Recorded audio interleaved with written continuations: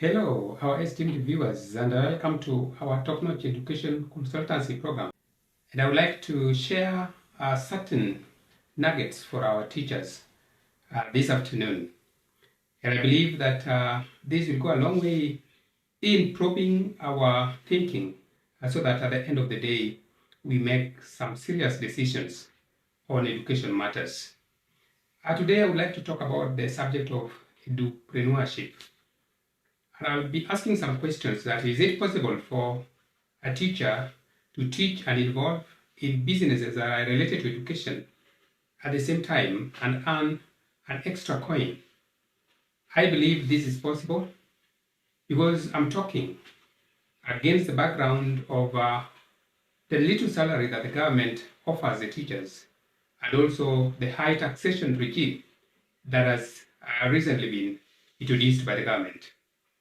And therefore, as teachers, we need to cushion ourselves and begin to consider Edu-Preneurship as an alternative source of income. And we do it in a matter that it doesn't compromise our work at school. We are asking these questions because we know that our teachers are hard hit when it comes to hard economic times that we are experiencing. We are also aware that teachers contribute a great deal to the economy and any other thing that deals with the livelihood of the Kenyan nation. Teachers are spread across the country, and remember that anytime a teacher earns a salary, that salary spills down to the grassroots level and to that old woman in the village. And therefore, we believe that teachers can as well take Edu-Preneurship as an alternative source of income. I strongly believe it is possible. There are what we call educationists or other teachers who are edupreneurs. They engage in businesses that are related to matters education.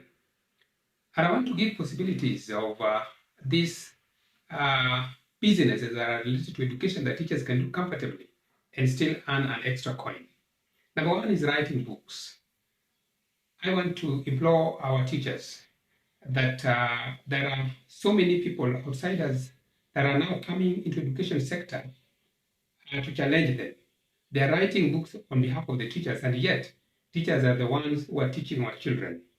This is an area that teachers should look into and begin to write books, because by writing books, remember, you can earn that extra coin.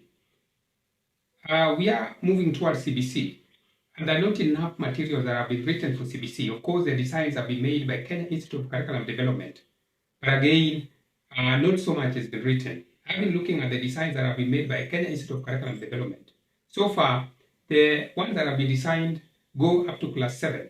In fact, there are not so much that have been done for class 8, 9, 10, 11, 12 going forward. And I believe that teachers can take advantage of this and begin to write books for CBC. Now, another thing is creating digital content.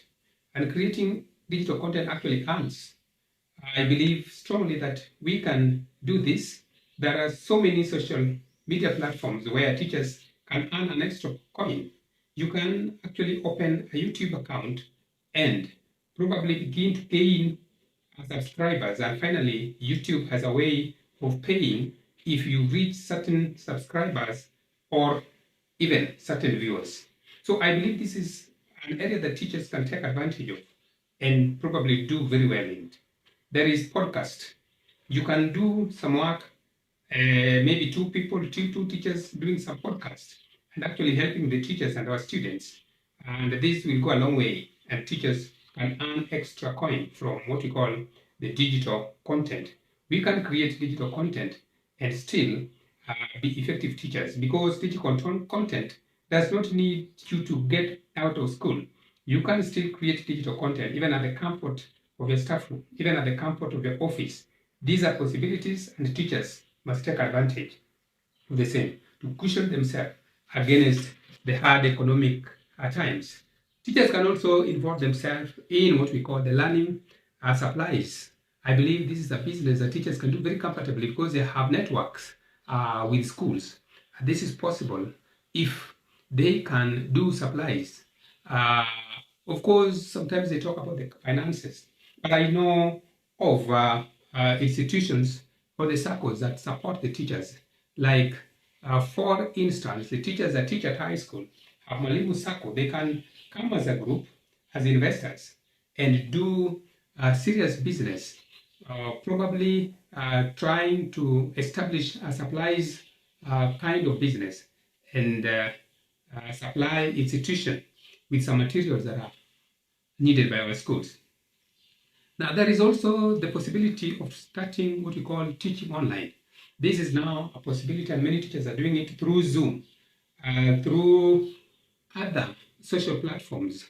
It works perfectly, and we have seen so many people who are not even actually in the educational field earning some extra coin out of this. And so we want to appeal to our teachers that there are opportunities out here, things that you can do, and you will still earn an extra coin. It doesn't mean that you must only teach. No, there are certain things that you can do within the provisions of teaching, and you shall have still disseminated information to our students or our pupils and still earn an extra coin.